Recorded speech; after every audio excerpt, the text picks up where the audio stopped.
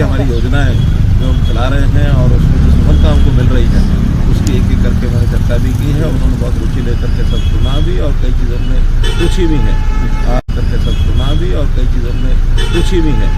साथ में जो सफारी जंगल सफारी का जो विषय अरावली पर्वत का है उसके लिए जो क्लियरेंसेस हैं वो सारी हो जाएंगी। उसके बाद मैंने उनको निमंत्रण भी दिया कि उसका शिलान्यास करने के लिए वो स्वयं आए क्योंकि बहुत बड़ा ये प्रोजेक्ट है।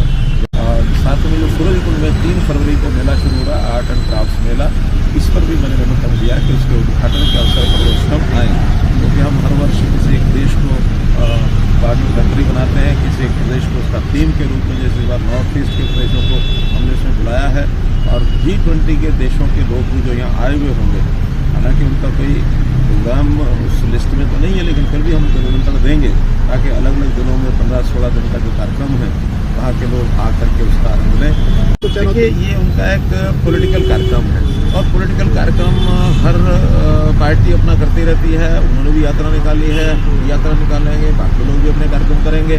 तो जब चुनाव सामने आते हैं तो उस समय सब अपनी पार्टियाँ काम करती हैं, लेकिन जनता किसको स्वीकार करती है प्रश्न ये होता है।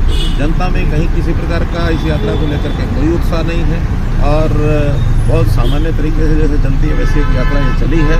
तो राष्ट्रीय लेवल के इतने बड़े नेता के इस यात्रा का जितना प्रभाव होना चाहिए वैसा हमें तो कहीं नहीं दिख रहा है।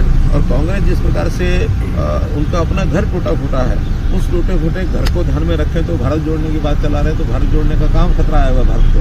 कोई भारत को खतरा नहीं है, कोई हरियाणा को खतरा नहीं है। अगर खतरा तो कांग्रेस पार्टी को है तो उस कांग्रेस पार्टी अपने आप को कैसे बचा सकती है ये चिंता उनकी होनी चाहिए। बचा पाएंगे अच्छा है, नहीं बचा पाएंगे तो उनका घर है, जैसा मर्जी चले। देखिए जब कभी हमने कोविड के समय शुरुआत जो पहले चरण में हुई थी उस समय जो प्रारंभिक चरणों में हमने इंतजाम किए थे तो उस समय ये कहते थे कि कोविड के बारे में सचेत नहीं है, कोविड के बारे में इंतजाम नहीं करते हैं, कोविड के बारे में ये नहीं करते हैं। एक वो काल था, एक आज ये काल है कि अगर दोबारा से देश में नहीं दुनिया में भी दोबारा से कोविड कहीं ना आ जाए ये चिंता सबको है।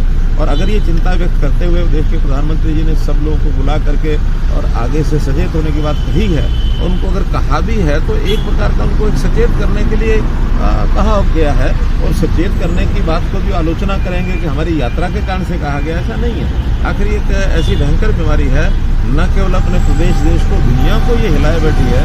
एक सचेत करने के लिए इतनी बड़ी भारी संख्या में हम करते हैं तो इसका कभी ना कभी कोई बात अगर दुष्प्रभाव हो गया तो मुश्किल ना हो जाए।